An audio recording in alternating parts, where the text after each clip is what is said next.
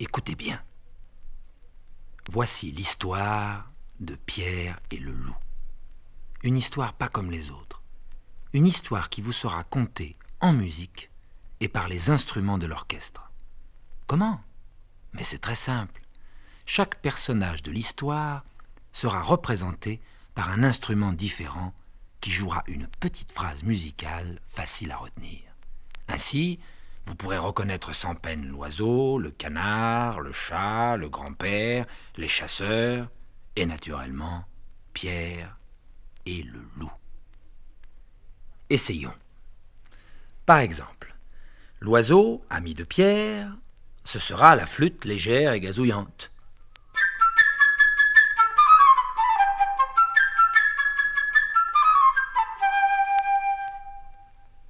Le malheureux canard, le hautbois mélancolique.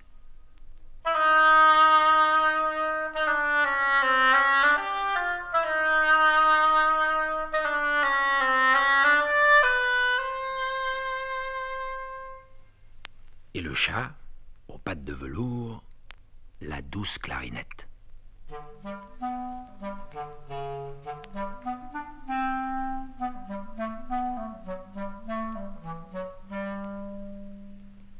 Quant au grand-père qui bougonne dans sa barbe, c'est le basson grondeur.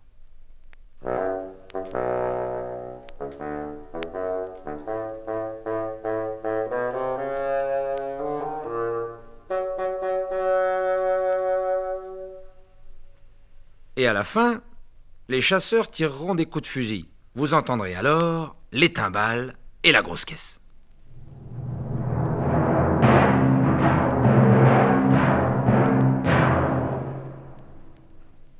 Mais nous allions oublier Pierre, notre héros joyeux et souriant. Le voici représenté par les instruments à cordes de l'orchestre.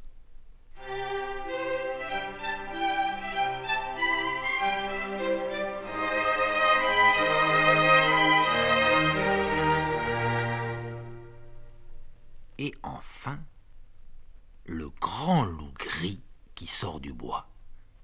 Écoutez les trois corps sévères et sombres.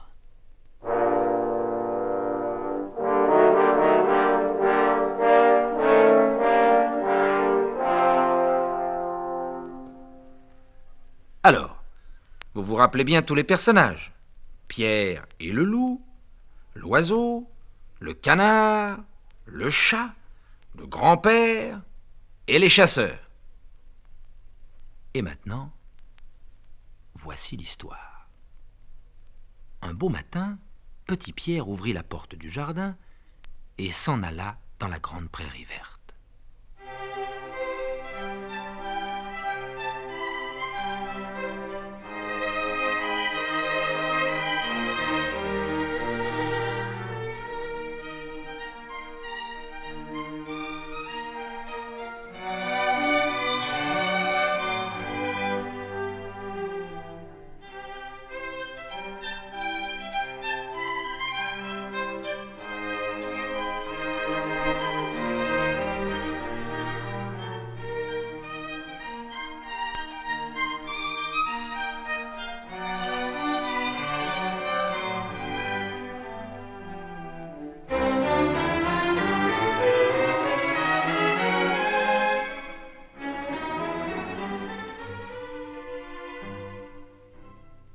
Sur la plus haute branche d'un grand arbre était perché un petit oiseau, ami de Pierre.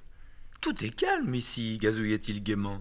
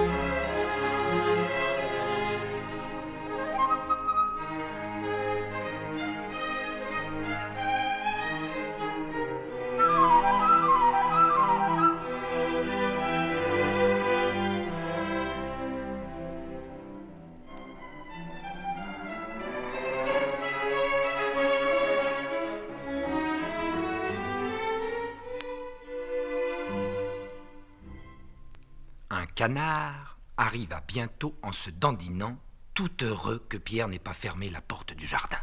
Il en profita pour aller faire un plongeon dans la mare au milieu du pré.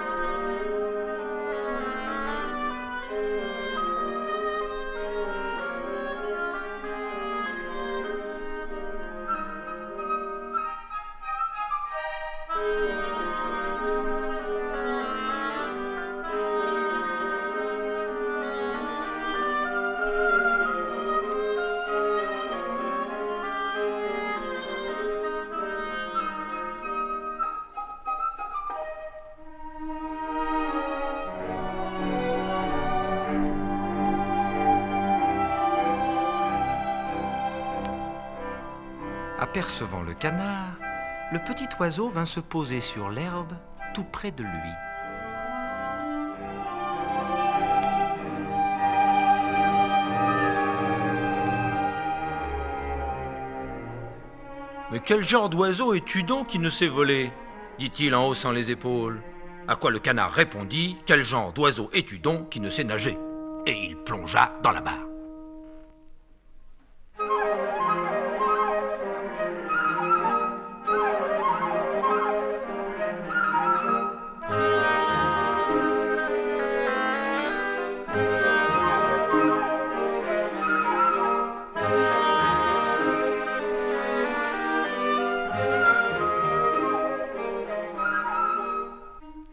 Ils discutèrent longtemps, le canard nageant dans la mare, le petit oiseau voltigeant au bord.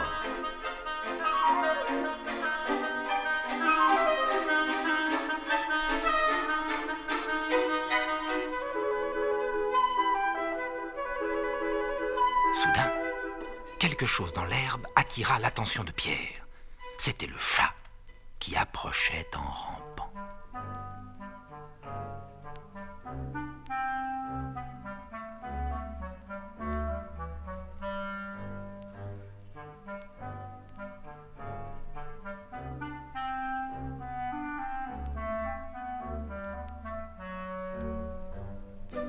Le chat se disait, l'oiseau est occupé à discuter, je vais en faire mon déjeuner.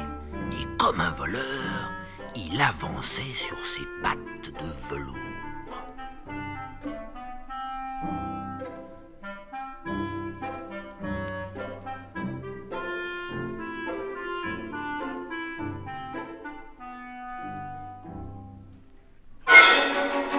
Attention, cria Pierre, et l'oiseau aussitôt s'envola sur l'arbre.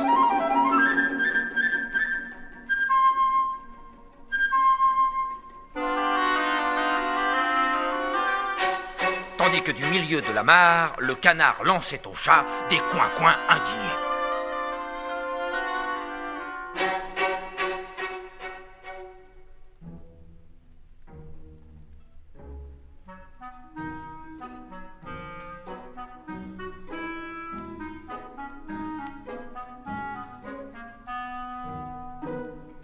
Le chat rôdait autour de l'arbre en se disant « Est-ce la peine de grimper si haut? Quand j'arriverai, l'oiseau se sera envolé. »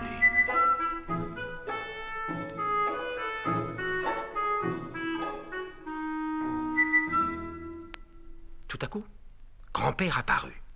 Il était mécontent de voir que Pierre était allé dans le pré. « L'endroit est dangereux. Et si un loup sortait de la forêt, hein, que ferais-tu »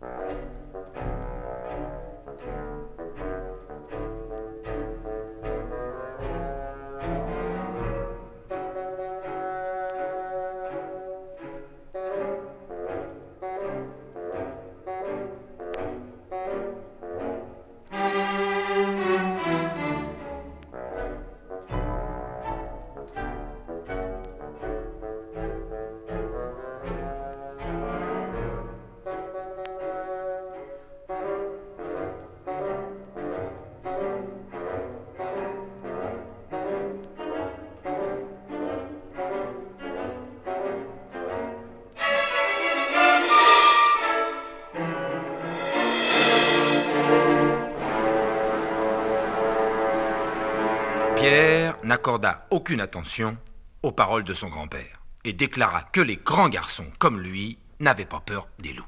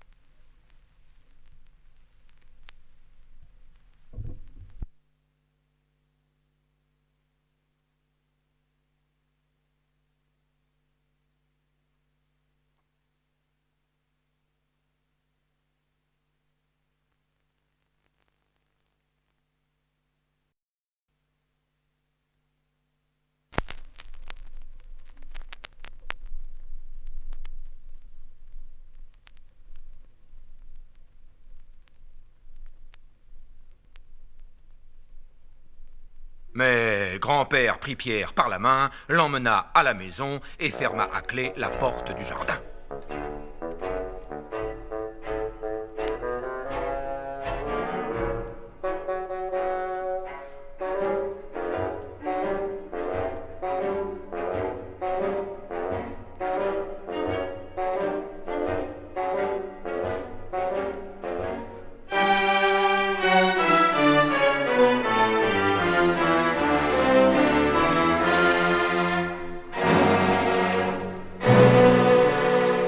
Il était temps. À peine Pierre était-il parti qu'un gros loup gris sortit de la forêt.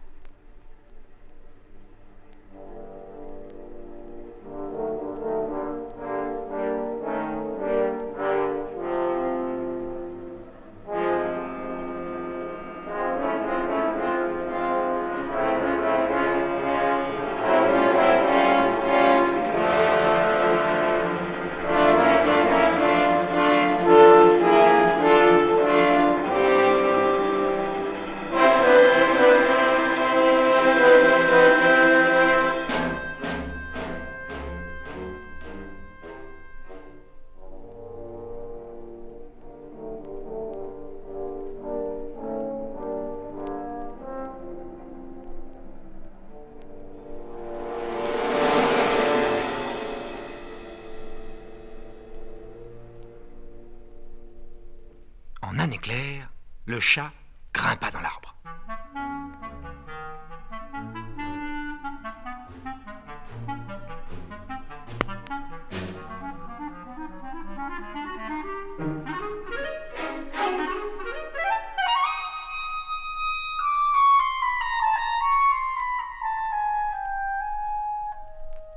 Le canard se précipita hors de la mare en caquetant.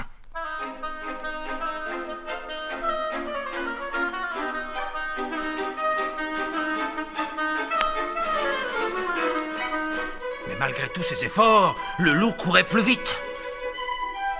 On le voilà qui approche, de plus en plus près, plus près, plus près. Il le rattrape.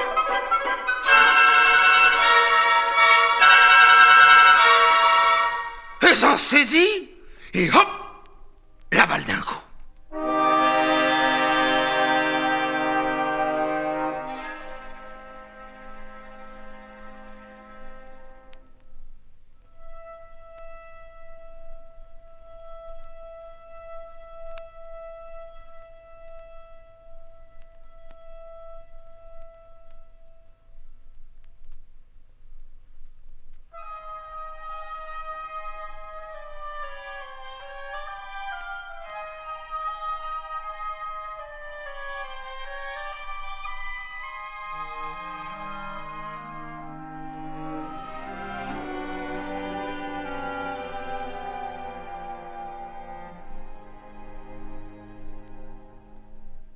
Et maintenant, voici où en étaient les choses.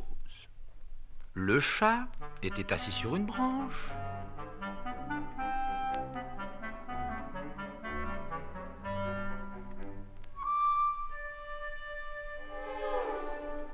L'oiseau sur une autre.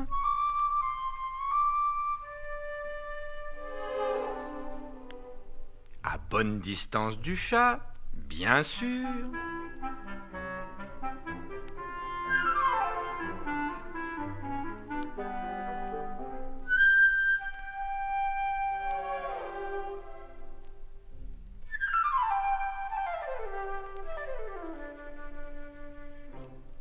Tandis que le loup faisait le tour de l'arbre et les regardait tous les deux avec des yeux gourmands.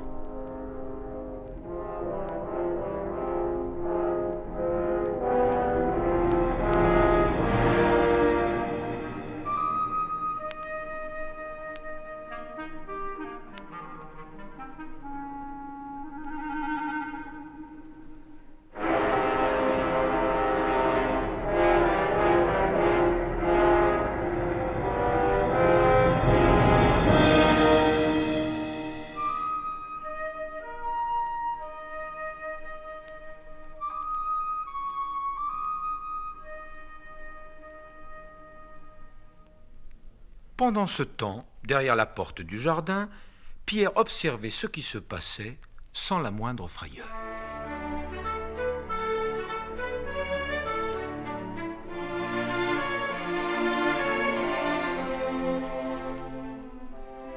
Il courut à la maison, prit une grosse corde et grimpa sur le mur.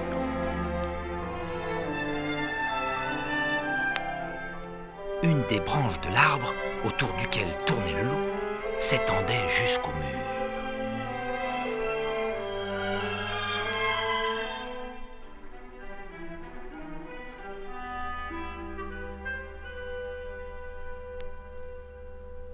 Pierre s'empara de la branche,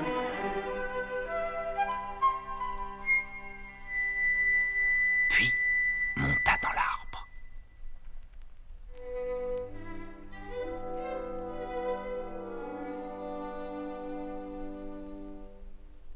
Pierre dit alors à l'oiseau : « Va voltiger autour de la gueule du loup, mais prends garde qu'il ne t'attrape. »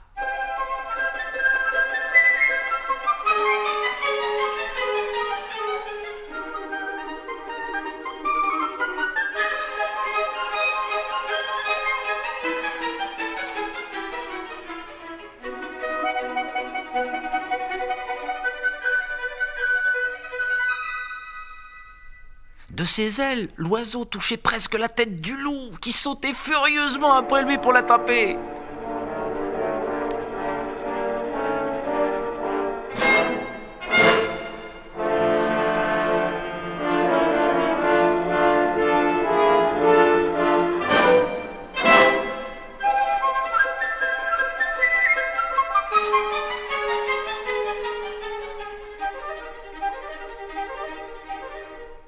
Oh, que l'oiseau agaçait le loup et que le loup avait envie de l'attraper.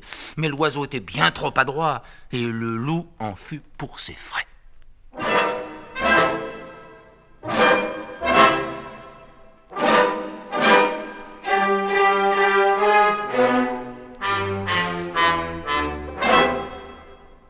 Pendant ce temps, Pierre fit à la corde un nœud coulant et le descendit tout doucement.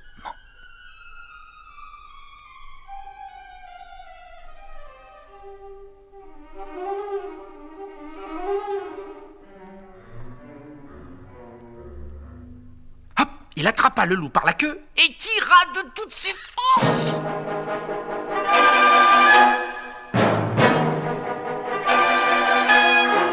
Le loup, se sentant pris, se mit à faire des bonds sauvages pour essayer de se libérer.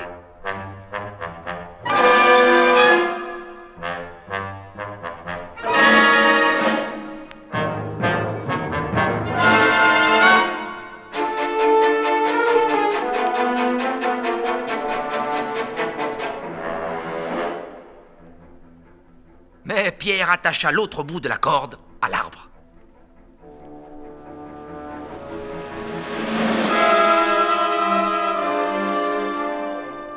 Et les bonds que faisait le loup ne firent que resserrer le nœud coulant.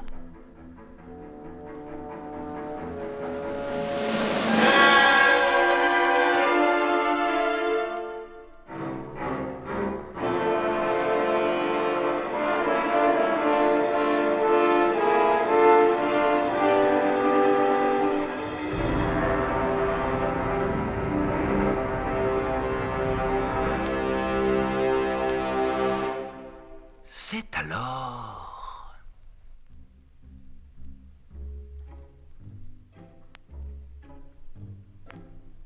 C'est alors que les chasseurs sortirent de la forêt.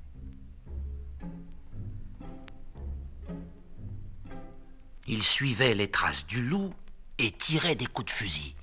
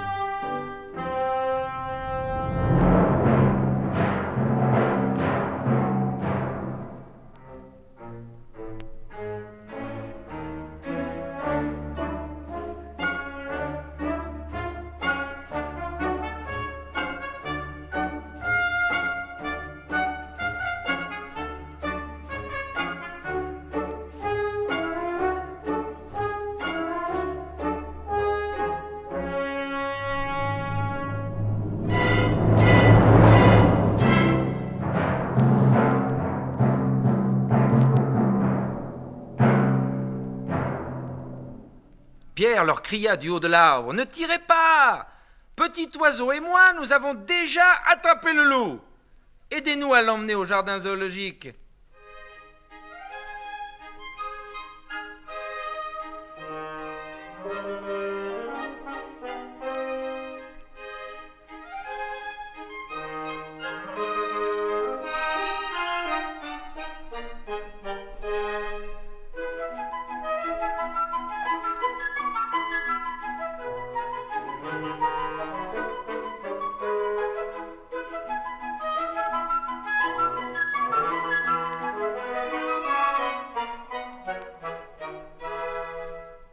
Et maintenant,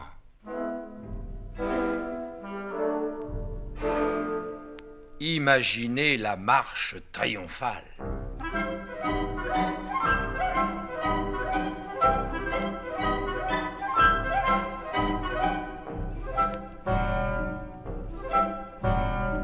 Pierre en tête.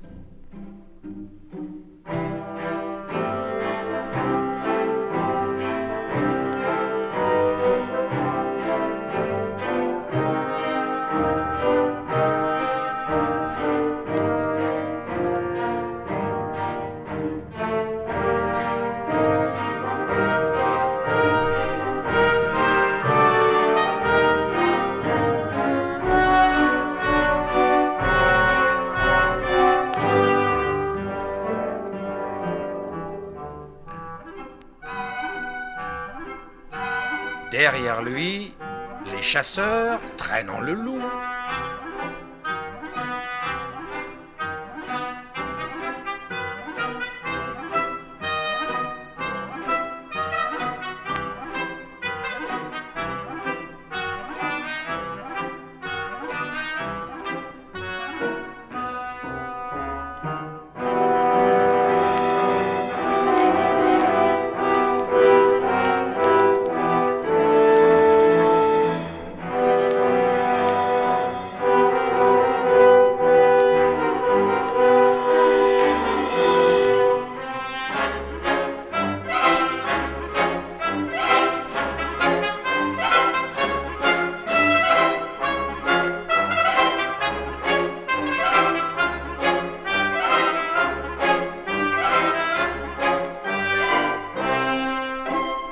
Et, fermant la marche, le grand-père et le chat. Le grand-père, mécontent, hochait la tête en disant « Oui. Et si Pierre n'avait pas attrapé le loup, hein? Que serait-il arrivé? »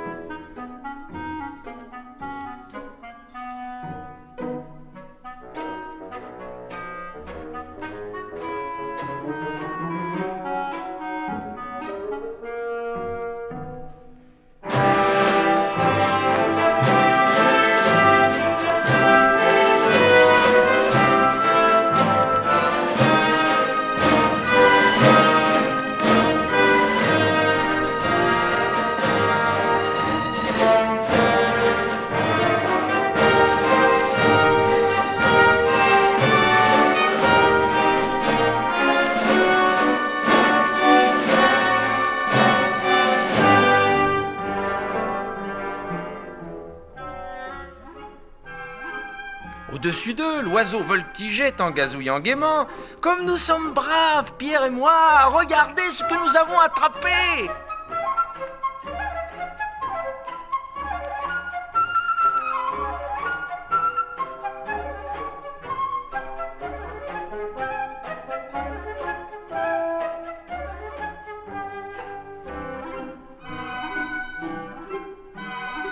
Et si vous écoutez attentivement, vous entendrez le canard caqueter dans le ventre du loup, car dans sa hâte, le loup l'avait avalé.